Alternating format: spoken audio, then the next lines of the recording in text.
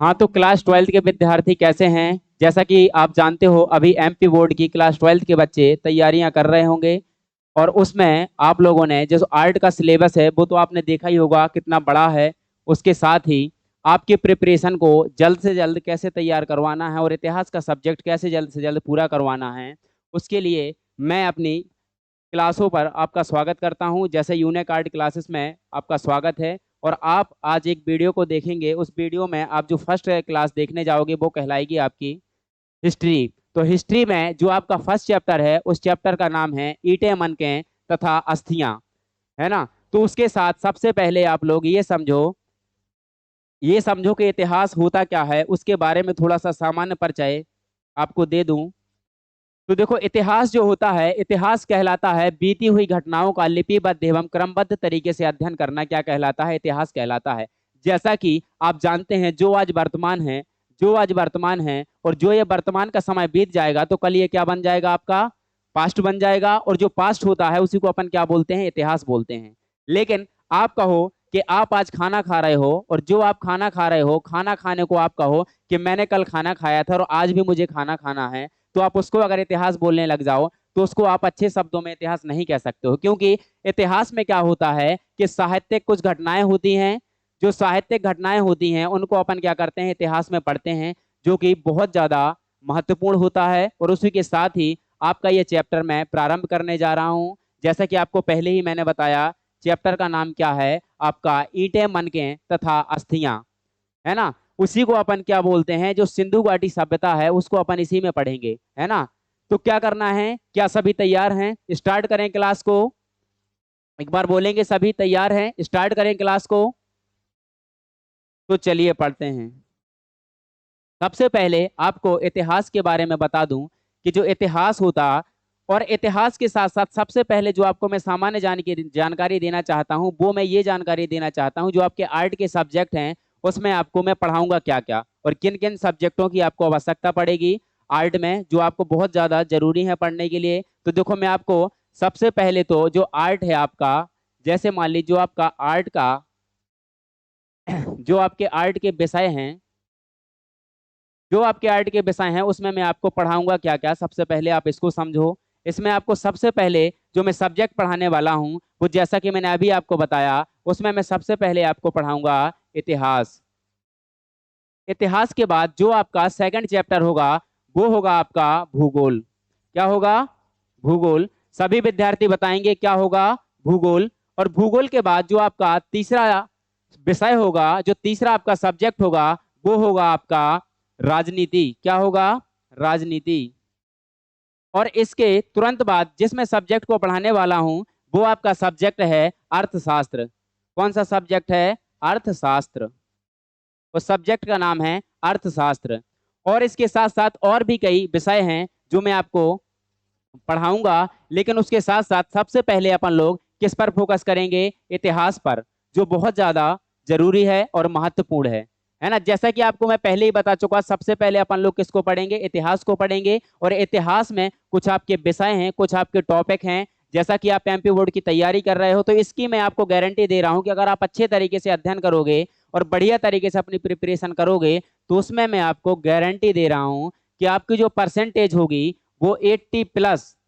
और अगर और ज्यादा अच्छे तरीके से आप प्रिपरेशन करोगे तो आपकी 90 भी आ सकती, और जहां तक कि आपकी 95 या 100 तक आप परसेंटेज ला सकते हो। क्योंकि जो मैं यहाँ पर आपको पढ़ाने वाला हूँ और जो मैं आपको यहाँ पर पढ़ाऊंगा उससे आपका बिल्कुल भी सिलेबस बाहर नहीं जाएगा, कोई भी प्रश्न उससे बाहर नहीं जाएगा। तो सभी विद्यार्थी तैयार हो जाइए। अपन सबसे पहले कौन सा अध्याय पढ़ने जाएंगे? फर्स्ट, जिसका मैंने बताया ईंटें मनके तथा अस्थियां। ऑलरेडी मैं आपको नाम बता चुका हूं, जैसा कि आप जानते हो। तो उसमें सबसे पहले अपन को क्या करना है कि हड़प्पा सभ्यता के बारे में जानना है। जो हड़प्पा सभ्यता थी वो थी क्या? देखो, सबसे पहले आपको यह पता होना चाहिए कि सभ्यता वास्तव में है क्या। तो सभ्यता का आपको भावार्थ पता होना चाहिए कि सभ्यता होती क्या है। तो सभ्यता क्या होती है? जैसे कि ये कोई नगर मान लीजिए या कोई शहर मान लीजिए, जो कहाँ बसा होता था? नदियों नदियों व तालाबों के किनारे जो नगर बसे हुए होते थे उन्हें अपन क्या कहते थे? सभ्यता। अब देखो, जब कोई सभ्यता बसती है तो सभ्यता के लिए जो सबसे ज्यादा महत्वपूर्ण होता वो क्या होता है? देखो, जब भी कोई मनुष्य निवास करता है तो उसके लिए उसे सबसे पहले किसकी आवश्यकता होती? एक तो उसके लिए पहले ऐसी जगह को ढूंढना या ऐसी जगह पर निवास करना जहां पर पर्याप्त जल की पूर्ति हो। दूसरा, वहां का क्या हो, मौसम बहुत अच्छा हो, वहां का जो जलवायु हो वो बहुत अच्छी हो, और वहां पर प्रमुख रूप से कृषि योग्य भूमि हो। क्योंकि यदि कोई व्यक्ति कृषि नहीं कर पाएगा तो वह जीवन यापन नहीं कर सकता। तो ये जो आपका प्राचीन काल था, प्राचीन काल के बाद जो आपकी प्रारंभ होती है भारत में सभ्यता, वो थी हड़प्पा सभ्यता। तो हड़प्पा सभ्यता का मतलब होता कि कोई एक ऐसा नगर जो बसा हुआ होता है उसे अपन क्या कहते हैं? सभ्यता कहते हैं, है ना। तो सभ्यता आपको मैं आशा करता हूं समझ में आया होगा। इसके साथ ही जब अपन फर्स्ट चैप्टर प्रारंभ करते हैं तो उसमें अपन सबसे पहले पढ़ते हैं क्या? सबसे पहले हम पढ़ते हैं परिचय। क्या पढ़ते हैं? परिचय। तो जैसा कि मैंने तुम्हें पहले ही बताया, इसमें अपन को परिचय में पढ़ना है जो ईंटें। देखो, जो हड़प्पा सभ्यता थी, हड़प्पा सभ्यता में कौन सी ईंटों का प्रयोग किया जाता था, किस प्रकार की ईंटों का प्रयोग करते थे जो हड़प्पा वासी थे, जो हड़प्पा सभ्यता के लोग रहते थे, वो कौन सी ईंटों का प्रयोग करते थे, ये बहुत जरूरी है। इसके साथ तुम्हें दूसरा बताना है मनके, और तीसरा क्या है तुम्हारी? अस्थियां। क्या है? अस्थियां। तो अस्थियों के बारे में बताना है तुम्हें। अब ये बताओ, जो हड़प्पा सभ्यता है, हड़प्पा सभ्यता के बारे में हमें पता कैसे चला होगा कि हड़प्पा सभ्यता वास्तव में थी या नहीं थी? कहीं ना कहीं से तो पता चला होगा ना हमें। तो हड़प्पा सभ्यता के बारे में हमें कहां से पता चला होगा कि हड़प्पा सभ्यता थी या नहीं थी? तो उसके लिए क्या होता, आपने देखा होगा स्रोत होते। स्रोत कौन कौन से? एक होता आपका पुरातात्विक स्रोत। क्या होते? पुरातात्विक।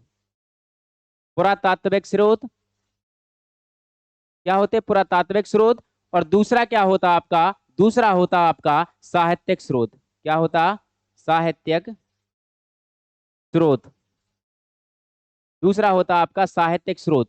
तो पहला क्या हो जाएगा? पुरातात्विक स्रोत, और दूसरा क्या हो जाएगा आपका? साहित्यिक स्रोत। अब पुरातात्विक स्रोत क्या होते हैं और साहित्यिक स्रोत क्या होते हैं? देखो, जब भी किसी सभ्यता का पता चलता है तो सभ्यता का जो सबसे पहले पता चला था, जब सभ्यता का पता लगाया गया था, तो उस टाइम पे क्या हो रहा था? दो वैज्ञानिक थे, एक का नाम था हरिहर और दूसरे का नाम था बुक्का।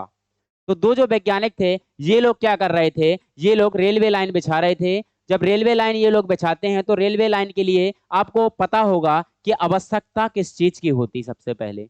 तो आवश्यकता आपको पता होगा कि सबसे पहले हमें मिट्टी चाहिए होती है। तो मिट्टी के लिए ये लोग क्या करते थे? खुदाई कर रहे थे। और जैसे ही इन लोगों ने खुदाई की तो उस खुदाई में इन लोगों को कुछ क्या मिला? ईंटें वगैरह या कुछ पुरातात्विक सामग्री मिली। लेकिन इन लोगों ने उस चीज पर सबसे पहले ध्यान नहीं दिया।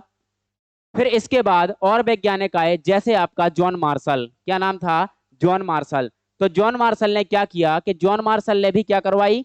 खुदाई करवाई। और खुदाई करवाने पर जो जिसके नेतृत्व में खुदाई करवाई गई वो था जॉन मार्शल, और जिसके द्वारा सबसे पहले स्थल की खुदाई की गई वो था कौन? दयाराम साहनी। उसने कब खुदाई की थी? 1921 में, यानी 1921 ईस्वी में। जब 1921 ईस्वी में दयाराम साहनी के द्वारा खुदाई की जाती है तो वह सबसे पहले एक स्थल खोजता है। उस स्थल का नाम था हड़प्पा सभ्यता। क्या नाम था? उस स्थल का नाम था हड़प्पा। और उस हड़प्पा को अपन नाम से जानते थे कि उसी के नाम पर सभ्यता का नाम पड़ेगा, जिसका नाम था हड़प्पा सभ्यता। इसके बाद क्या होता है? उसने उसमें पाया कि सबसे पहले उसको पुरातात्विक सामग्रियां प्राप्त हुई। क्या हुई? पुरातात्विक सामग्रियां। तो पुरातात्विक सामग्रियां उसको ईंटें प्राप्त हुई, मनके प्राप्त हुए, अस्थियां प्राप्त हुई, यानी उसको कुछ ईंटें भी प्राप्त हुई। ठीक है, कुछ मनके थे जो मिट्टी की एक विशेष प्रकार के बनाए जाते थे।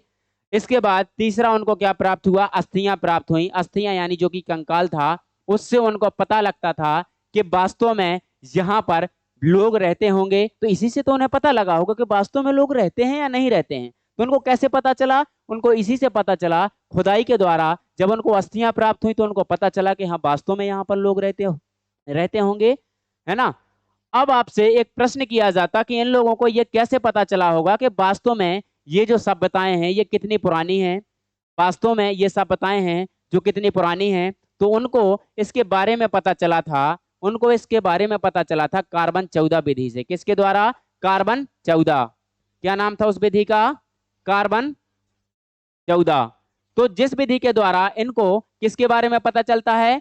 पुरातात्विक सामग्रियों के बारे में पता चलता है कि वास्तव में ये सभ्यता कितने साल पहले थी। जो टाइम पीरियड है उसके बारे में जो पता चलता है, कैसे पता चलता है? कार्बन 14 के द्वारा। कैसे पता चलता? कार्बन 14। और जो कार्बन 14 विधि होती है, ये जो विधि होती है, ये कार्बन 14 जो होता, जिस वस्तु में या जिस जीव में ये कार्बन 14 जितना कम होता है, वह उतना ही क्या होता है? प्राचीन होता है। यानी यह उतना ही कितना माना जाएगा? प्राचीन माना जाएगा। हालांकि ये बातें थोड़ा और आगे की हैं, लेकिन इसको आप क्या करेंगे, आगे चलकर मैं आपको यह पढ़ाऊंगा कि वास्तव में कार्बन 14 विधि क्या होती और कार्बन 12 विधि क्या होती। इसके साथ जैसे ही अपन लोग इसका परिचय पढ़ते हैं, तो परिचय में बस मैंने आपको बताया कि ईंटें, मनके तथा अस्थियां, इनके बारे में मैं थोड़ा सा आपको बता चुका हूं। इसके बाद अपन लोग हड़प्पा सभ्यता को पढ़ रहे होंगे, और हड़प्पा सभ्यता के बाद अपन लोग पढ़ रहे होंगे किसको? हड़प्पा सभ्यता के प्रमुख शहर तथा उससे प्राप्त वस्तुएं। और उसके आगे आपका जो 5वां पॉइंट होगा वो कहलाएगा हड़प्पा सभ्यता का अंत। यानी कोई जो सभ्यता थी हड़प्पा सभ्यता, उसका किस तरीके से अंत हुआ, उसका क्या कारण था। इसके साथ ही अपन लोग अब पढ़ेंगे क्या? परिचय।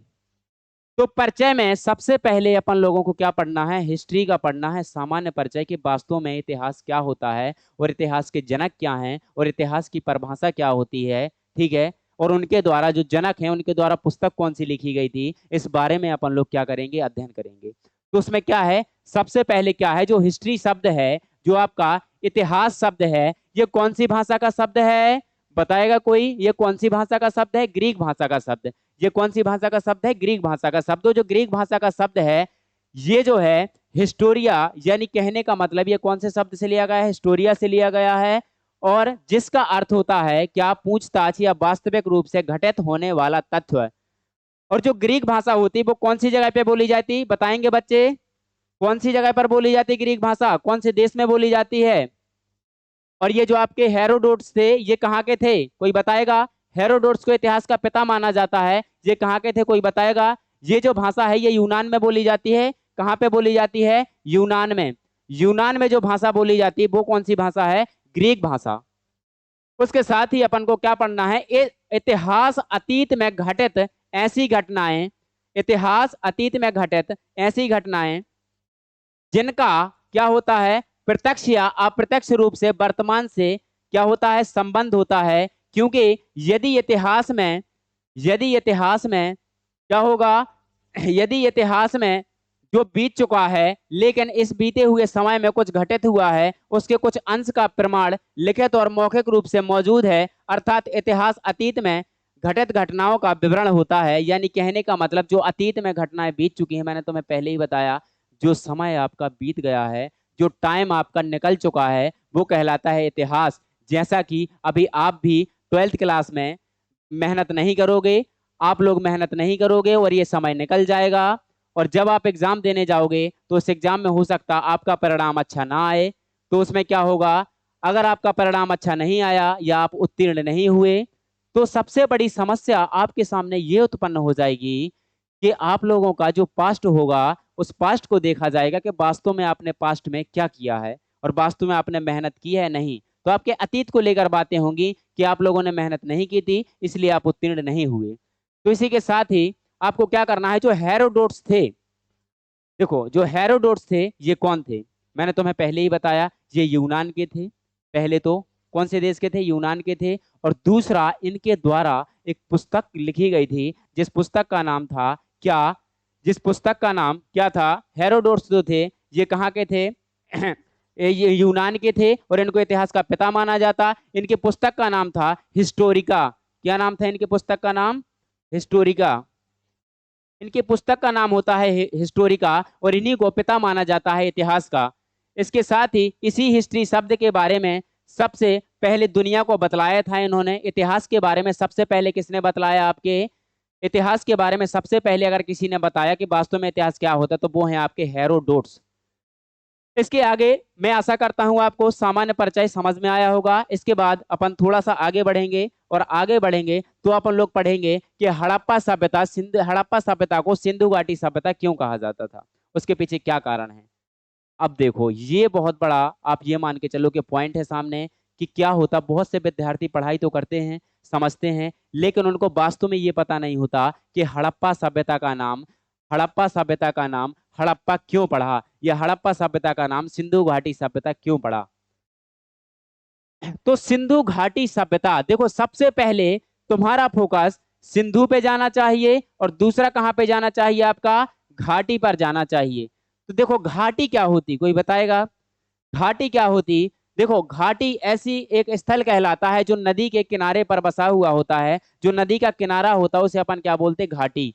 तो उसमें क्या होता है, सबसे पहले जो एक वैज्ञानिक थे, क्या नाम था, मैंने तुम्हें पहले बताया, सबसे पहले एक वैज्ञानिक थे, उनका नाम था क्या, दयाराम साहनी। और दयाराम साहनी के द्वारा एक स्थल खोजा गया था 1921 में, जिस स्थल का नाम था हड़प्पा सभ्यता, यानी हड़प्पा स्थल। अब उसका नाम हड़प्पा क्यों पड़ा, यानी हड़प्पा सभ्यता का सिंधु घाटी सभ्यता नाम क्यों पड़ा, उसके पीछे रीजन ये है कि सिंधु नदी यहाँ से बहती थी। कहाँ से बहती थी, यहाँ पर सिंधु नदी बहती थी, और सिंधु नदी के किनारे ये लोग क्या हो गए थे, बसने लगे थे। जब ये लोग सिंधु नदी के किनारे बसने लगे तो उसका नाम क्या पड़ गया, सिंधु सभ्यता। अब सिंधु सभ्यता इसीलिए पड़ गया क्योंकि ये सबसे पहले लोग कहां पर बसना प्रारंभ किया इन्होंने, सिंधु नदी के किनारे। अब सिंधु नदी के किनारे क्यों बसे, ये बताओ, आपके लिए पर्याप्त जल की पूर्ति ना हो, आपको कहीं पर जल की प्राप्ति ना हो, और जल की प्राप्ति के साथ साथ आपको कृषि योग्य भूमि की भी प्राप्ति ना हो, वहां पर कृषि योग्य भूमि ना हो, तो क्या आप वहां पर रह पाओगे, क्या आप उस स्थल पर निवास कर पाओगे?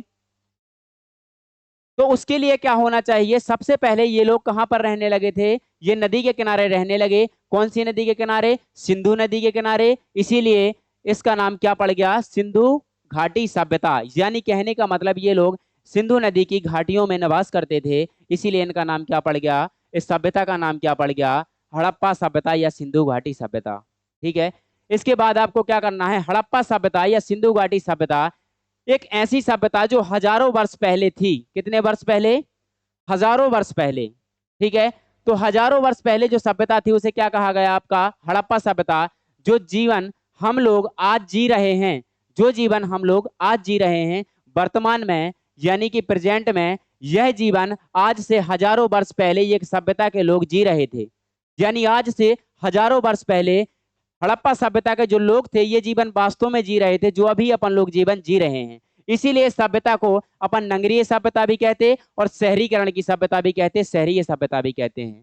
ठीक है, इसके बाद आप और आगे पढ़ोगे, इसका नाम किसके नाम पर पढ़ा, वर्ष पहले सभ्यता के लोग जी रहे थे, उसी का नाम हड़प्पा सभ्यता कहा जाता है। भारत की सबसे पुरानी सभ्यता हड़प्पा सभ्यता है। आपसे विश्व की भी सभ्यताएं कई बार पूछी जाती, आपने नाम सुना होगा मेसोपोटामिया की सभ्यता। मेसोपोटामिया को जो सभ्यता है उसको अपन लोग भारत की सभ्यता में नहीं पढ़ते क्योंकि वो भारत में आती ही नहीं है, वो कहलाती है एक विश्व की सभ्यता, और वो ईरान में थी। कहाँ पे, ईरान, यानी ईरान का जो क्षेत्र है वहां पर जो सभ्यता विकसित थी वो थी मेसोपोटामिया की सभ्यता, जिसमें आप लोगों ने पढ़ा होगा 11th क्लास में कि हम्मुराबी की विधि है संहिता, कानून व्यवस्था, वहां का सामाजिक जीवन, वहां का आर्थिक जीवन, वहां का राजनीतिक जीवन, वहां का कला का विकास, ठीक है, विज्ञान के क्षेत्र में उन्होंने लोगों ने क्या तरक्की की, वहां पर समाज कैसा था, वहां पर लोग जीवन यापन कैसे करते थे, इस चीज के बारे में पढ़ा, इस शब्दों के बारे में पढ़ा। इसके बाद भारत की सबसे पुरानी सभ्यता हड़प्पा सभ्यता है। इस सभ्यता की खोज सबसे पहले किसने की, जैसा कि मैंने पहले ही बताया, दयाराम साहनी ने की। और कब की थी, 1921 में। कब की, 1921, कब की, ईस्वी में।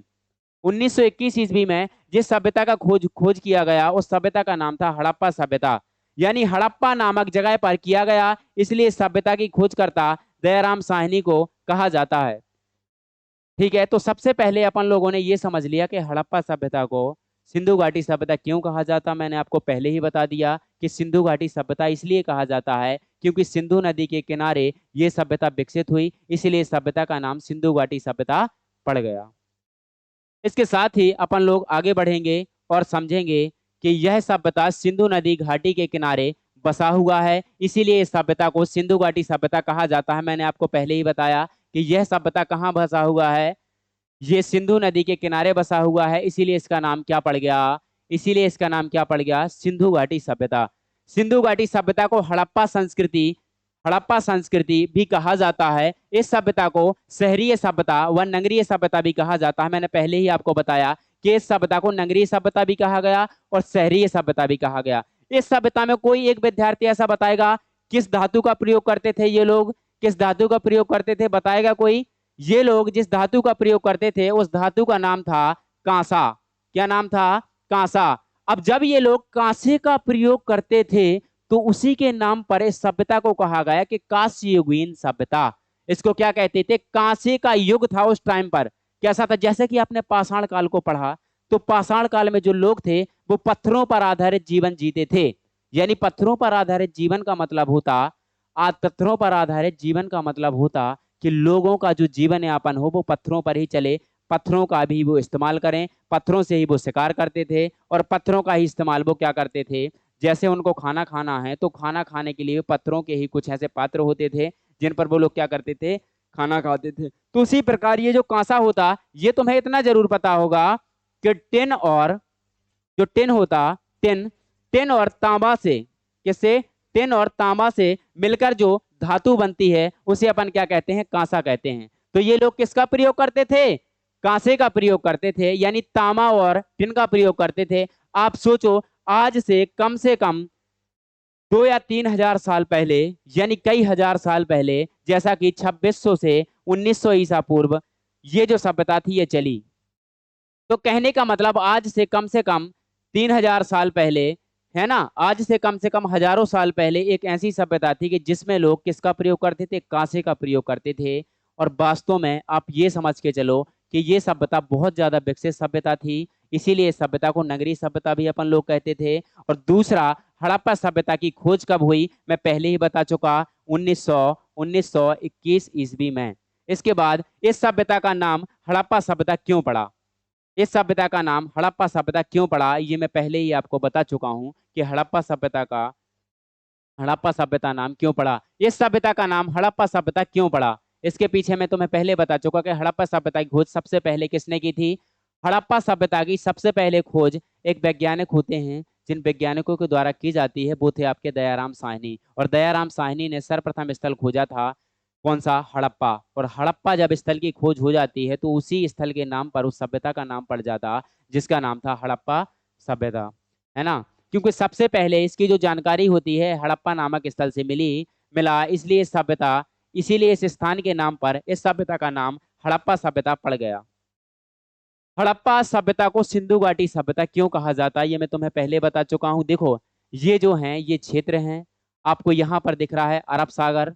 ये अरब सागर के बाद, जैसा कि मैंने तुम्हें पहले बताया, जो हड़प्पा सभ्यता थी इसका जो आकार था वो था त्रिभुजाकार। कैसा आकार था?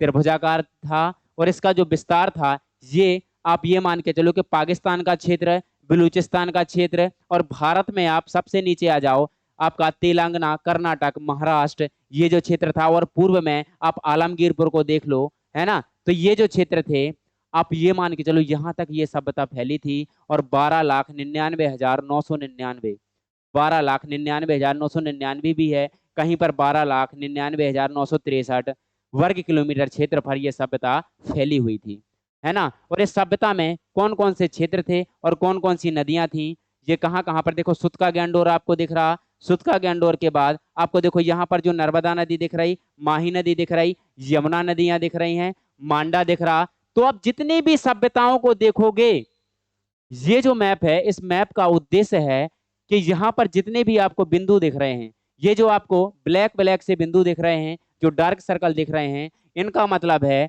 कि यहाँ पर सभ्यताएं हैं। यहाँ पर क्या है? सभ्यताएं हैं। और सभ्यताएं आप ज्यादातर देखना, आप फोकस करना, आपको जितनी भी सभ्यताएं मिलेंगी आपको नदियों के किनारे मिलेंगी। यानी ये नदियां हैं और ये स्थल हैं। ये देखो, ये सिंध, सिंध के बाद देखो ये सतलज, ये सतलज नदी है। देखो यहाँ पर हड़प्पा है, ये देखो रावी है, ये झेलम है, ठीक है, चिनाब है, ये मांडा है, ये राखीगढ़ी है। तो यहाँ पर भी देखो नदियां हैं। तो हर एक सभ्यता नदियों के किनारे ही विकसित हो रही होती है। वहां पर क्यों रहते हैं ये मैं तुम्हें पहले बता चुका हूं।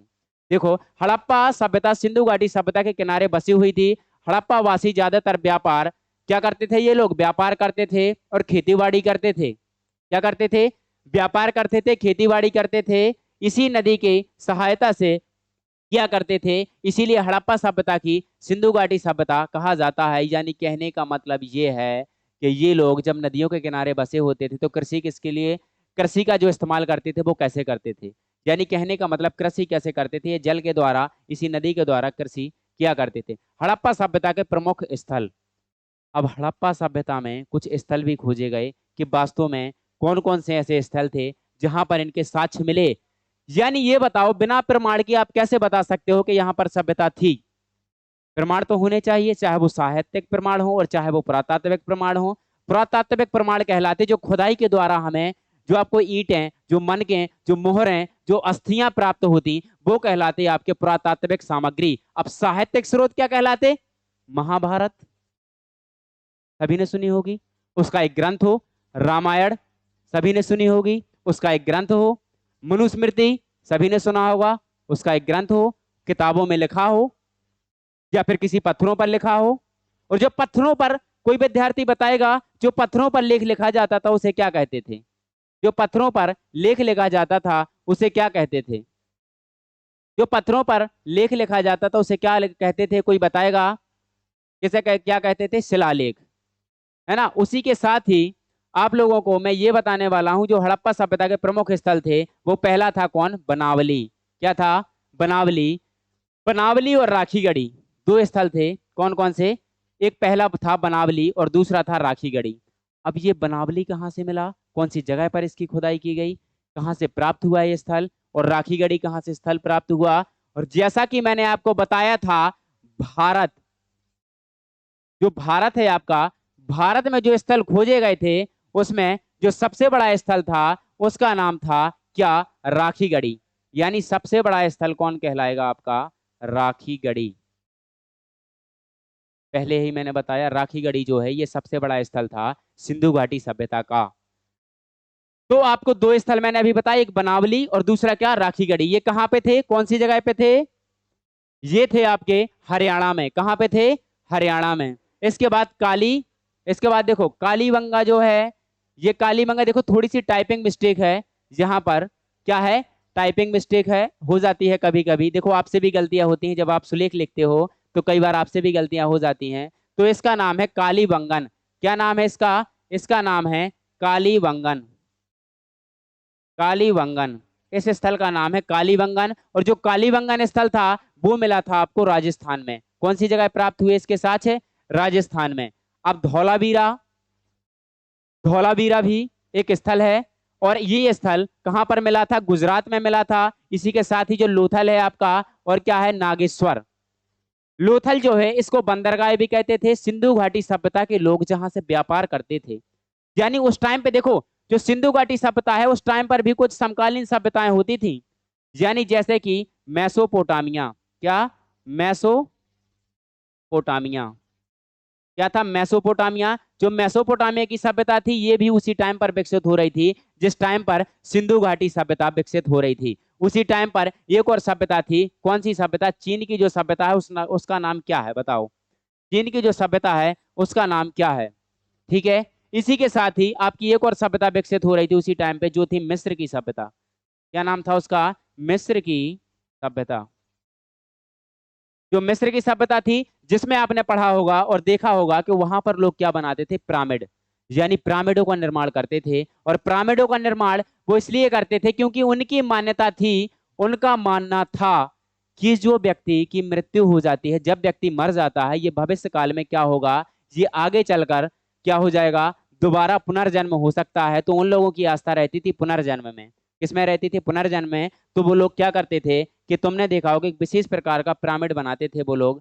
क्या बनाते थे? एक विशेष प्रकार का पिरामिड बनाते थे। उस पिरामिड में वो लोग क्या करते थे? उस पिरामिड में वो लोग व्यक्ति को दवा एक संदूक में बंद करके एक विशेष प्रकार की जो मम्मी होती थी उसको तैयार करते थे और उस पर विशेष प्रकार का लेप लगाते थे।